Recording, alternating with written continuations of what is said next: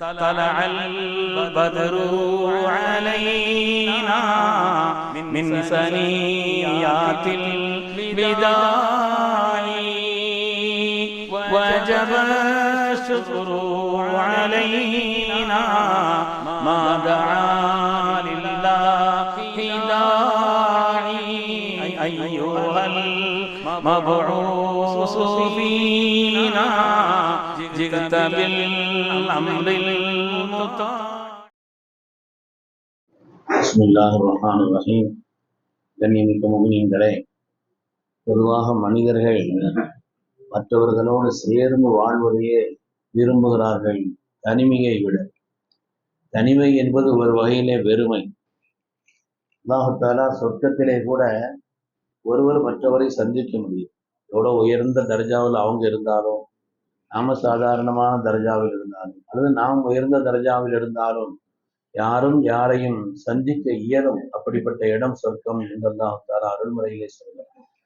ஆனால் நரகத்தை பொறுத்தவரையிலே கொடுமையான வேதனையும் கடுமையான துன்பமும் இருந்தாலும் கூட தனிமையில் அந்த வேதனை அனுபவிப்பான் என்பதை நாம் பார்க்கும்போது தனிமை என்பது மிகப்பெரிய ஒரு வேதனை.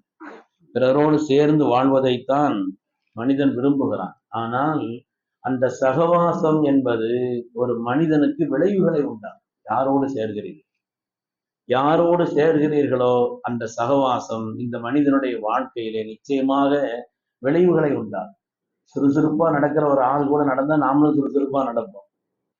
ஒரு ஆள் வேகமா போறாருன்னா நம்மளும் வேகமா ஒவ்வொரு காரியத்திலையும் இருப்போம். ஒரு அறிவாளிகளோடு பழகினால் நாமும் சிறந்த அறிவாற்றலை பெறக்கூடிய வாய்ப்பு இருக்கிறது. அது மாதிரி பக்திமான்களோடு பழகினால், நல்லவர்களோடு பழகினால், ஆலிம்களோடு தொடர்பில் இருந்தால் இவரும் தீனுடையவர்களாக மார்க்க தொடர்புள்ளவர்களாக இருப்பார் என்பதை நாம் நடைமுறையிலே பார்க்கிறோம். உண்மையான பெருமக்களே, இமாம் சுஃபியான் சௌரி ரஹ்மத்துல்லாஹி அலைஹி அவர்கள் மிகப்பெரிய அந்தஸ்து பெற்ற ஒரு இறைநேசர். அவங்க சொல்றாங்க, அபூ ஹாஷிம் சூஃபி என்ற ஒருவரோடு எனக்கு தொடர்பு மாத்திரம் இல்லாமல் இருந்திருந்தால் முகஸ்துதியினுடைய அந்த நூல் இலையை என்னால் விளங்க முடியாமல் போயிருக்கும். முகஸ்துதின்னா என்ன? முகஸ்துதி எதனால் ஏற்படுகிறது, எப்படி ஏற்படுகிறது, இது முகஸ்துதியா இல்லையா? 4 பேருக்கு தெரியுற மாதிரி ஒரு காரியத்தை செய்யறோம், முகஸ்துதியா இல்லையா? இந்த முகஸ்துதி சம்பந்தப்பட்ட நூல் இலை வித்தியாசத்தை எல்லாம் எனக்கு தெளிவாக சொல்லி தந்தவர்கள் இதற்கு அபூ ஹாஷிம் சூஃபி. அவங்க இல்லைன்னா நான் இதை விளங்கியிருக்க முடியாதுன்னு சொன்னாங்க. இமாமுல்லாஹும் அபூ ஹனீஃபா ரஹ்மத்துல்லாஹி அலைஹி சொல்வார்கள், இமாம் ஜாஃபர் சாதிக் ரஹ்மத்துல்லாஹினுடைய அந்த தொடர்பு 2 வருஷம் எனக்கு இருந்தது. லௌலஸ்ஸனத்தான் இல்ல ஹலக்கன் நுஅமான். அந்த 2 வருடங்கள் இல்லை என்று சொன்னால் நான் பல வகையில் நஷ்டப்பட்டு போயிருப்பேன்னு சொன்னார்.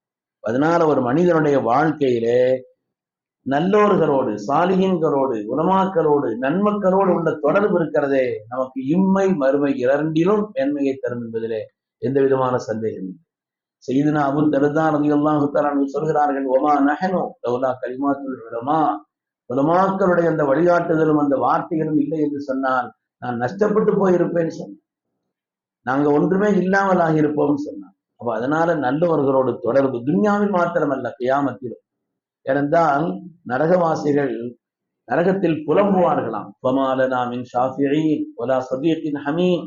யாரும் பரிந்துரை செய்யக்கூடியவர்கள் எங்களுக்கு இல்லையே, நெருக்கமான நல்ல நண்பர்களும் எங்களுக்கு இல்லையே என்று அந்த நேரத்தில் பதறுவார். அதுல இமாம் ஹசன் பஸ்ரி ரஹ்மத்துல்லாஹி அலைஹி விளக்கம் எழுதுறாங்க, சொர்க்கத்திலே ஒரு நல்ல நண்பன் உள்ள போயிட்டான். ஆனால் அல்லாஹ் அவனிடத்தில் கேட்பான், உனக்கு எல்லாம் கிடைத்து விட்டது. எவ்வளவு இன்பம், எவ்வளவு இன்பம், பாக்கியமான இந்த இன்பம் நான் பெற்று விட்டேன். வேற ஒன்றும் குறைதான் இல்லையே, குறை ஒண்ணும் இல்லை. ஆனா எனக்கு ரொம்ப நெருக்கமான ஒரு நண்பன் விஞ்ஞான இருந்தான், அவனை காணல. அவன் நரகத்தில் இருக்கிறான்னு என்னவோ தெரியல. அதுதான் என் மனதில் வேதனையை தருகிறது என்று சொல்லும் பொழுது அவனுடைய பரிந்துரையினால் நரகத்தில் ஆக்கப்பட்டு விட்டு அவனை அல்லாஹ் தஆலா சொர்க்கத்திற்கு கொண்டு வந்து சேர்ப்பான் என்று.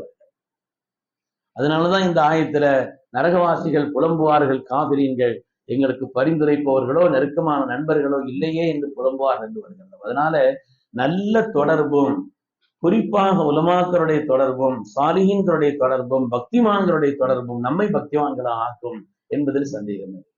ஆனா குழப்பம் செய்யக்கூடிய ஆலிமுன்னு பேர் வச்சுட்டு குழப்பத்திலோ தவறான ஒரு நிலையிலோ அப்படிப்பட்டவங்களா இருந்தாங்கன்னா அதுல கொஞ்சம் எச்சரிக்கையா இருக்கு, அது விஷயத்துல கவனமா இருக்கு. விளம்பரத்திற்காக, துன்யாவுடைய நோக்கத்திற்காக, அற்பமான ஒரு காரியங்களுக்காக வேண்டியெல்லாம் மார்க்கத்தினுடைய பணிகளை செய்யக்கூடிய காரியங்களை செய்யக்கூடியவர்களிலிருந்து கொஞ்சம் எச்சரிக்கையாகவும் இருக்காங்க. ஏன்னா ஒரு ஒரு ஒரு பெரிய ஒரு ஆள் இருந்தார், ஆலிம் என்று அறியப்பட்ட ஒரு ஆள். அவர் ஆலிம் ஷெய்க் என்று அறியப்பட்டிருந்தார். அவருடைய சீடர் ஒரு நாள் சொன்னாரா, நான் இன்னைக்கு ஒரு கனவு கண்டேன், உங்க கையில தேன் இருந்துச்சு, என் கையில நஜீஸ் இருந்துச்சு அப்படின்னு சொன்னார். அப்ப அவர் சொன்னாராம், சரிதானே, நான் பக்திமான், நான் கல்வி அறிவுள்ளவன், அதனால என் கையில தேன் இருக்குது, உன் கையில உனக்கு வெறும் துன்யா மட்டும்தான் இருக்குது, பணம் மட்டும்தான் குறிக்கோளா அலையிற, அதனால உன் கையில நஜீஸ் இருக்குது அப்படின்னு சொன்னார். கனவு முடியலன்னு வந்தால் சொன்னாராம், கனவு முடியல, நான் உங்க கையில உள்ள தேனை நக்கிக்கிட்டு இருக்கேன், நீங்க எது சாப்பிட்டு இருக்கிறீங்கன்னு சொன்னார். அதனால தொடர்புள்ளவர்களும் கூட நன்மக்களாக இருக்கிறேன், பக்திமான்களாக இருக்கிறேன். வெறும் விளம்பரத்திற்காக, துன்யாவுடைய நோக்கத்திற்காக வாழ்பவர்களாக இருந்தால், அப்படிப்பட்டவர்கள் ஆலிம்களாக இருந்தாலும் அவங்க விஷயத்துல நாம எச்சரிக்கையா இருக்க வேண்டும் என்று பார்க்கிறோம். அஸ்ஹாபுல் கஹ்ஃப் நாய், குர்ஆனிலே அல்லாஹ் சொல்கிறார், அஸ்ஹாபுல் கஹ்ஃபினுடைய நாய் 309 வருஷம் அவர்களோடு சேர்ந்து உறங்கியது, சகவாசத்தில் இருந்தது. சொர்க்கத்திற்கு செல்லக்கூடிய 10 பிராணிகள் அதுவும் ஒன்று. நாய் என்னங்க ஈமான் வந்துச்சா? ஈமான் கொள்ளல, ஒரு அமலும் செய்யல, அதனுடைய நம்ம துன்யால நஜீஸ்ன்னு சொல்றோம், பட்டா 7 தடவை கழுகணும்னு சொல்றோம், அப்படிப்பட்டதுதான். ஆனால் சகவாசம், தொடர்பு, நன்மக்களோடு இருந்த அந்த தொடர்பு என்பது மனிதர்களை மாற்றிவிடும் என்பதில் எந்த விதமான சந்தேகம்.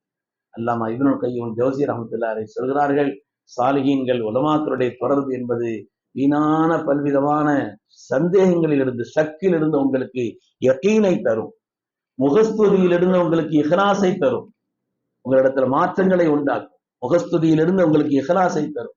கவனமில்லாமல் இருக்கக்கூடிய நிலைகளில் இருந்து உங்களுக்கு அல்லாஹுடைய திக்ரையும் கவனத்தையும் உண்டாக்கி தரும்.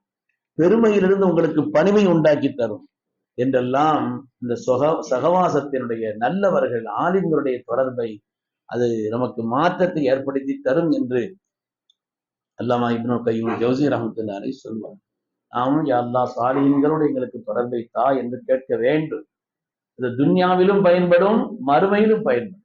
சொர்க்கத்துல எல்லாரும் நுழைஞ்ச பிறகு அல்லாஹு தஆலா சொர்க்கவாசிகள்கிட்ட கேட்பானா, எல்லாரும் உங்களுக்கு திருப்தி தானா? எல்லாம் திருப்தி தான், ஒண்ணுமே குறை இல்ல, எல்லாம் திருப்தி ஆயிடுச்சு. உங்க உலமாக்கள்கிட்ட போய் கேட்டுவாங்கன்னு சொல்லுவாங்க. உலமாக்கள்கிட்ட கேளுங்க, ரப்பு கேட்கறான், நாங்க இப்படி பதில் சொன்னோம், என்ன முடிஞ்சான்னு கேளுங்கன்னு சொல்லுவாங்க. அப்ப அவங்க உலமாக்களை தேடி போய் கேட்பாங்களா, அவங்க சொல்லுவாங்களா, அல்லாஹ்வுடைய லிகா வேணும்னு கேளுங்க, அது சொர்க்கத்தினுடைய இன்பங்களை விட பெரியது ரப்பினுடைய லிகா என்பது, அதனால அதை கேளுங்கன்னு சொல்லுவாங்களா. அதுக்கு பிறகு லிகாவை கேட்பார்கள் என்று வந்திருக்கிறார். அருமையான பெருமக்களை, அல்லாஹ் தஆலா சாலிஹீன்கள், பக்திமான்கள், பரிசுத்தமான தன்மை உடையவர்கள், சிறந்த ஆலிம்கள், அப்படிப்பட்ட நல்லவர்களோடு அல்லாஹ் நம்முடைய தொடர்பை ஆக்கி வைத்துள்வானாக. தீயவர்களான, நம்மை பாவங்களில் அழைத்து செல்லக்கூடிய, தவறான நிலையில் ஆக்கக்கூடிய, நம்மை துன்யா ஆகிரத்தில் நஷ்டத்தில் ஆக்கிவிடக்கூடியவருடைய தொடர்பில் இருந்து அல்லாஹ் நம்மை பாதுகாத்தருள்வானாக. ஆமீன் ஆமீன் யா ரப்பல் ஆலமீன். வ ஆகிரு தஅவானா அனில் ஹம்துலில்லாஹி ரப்பில் ஆலமீன். சுப்ஹான்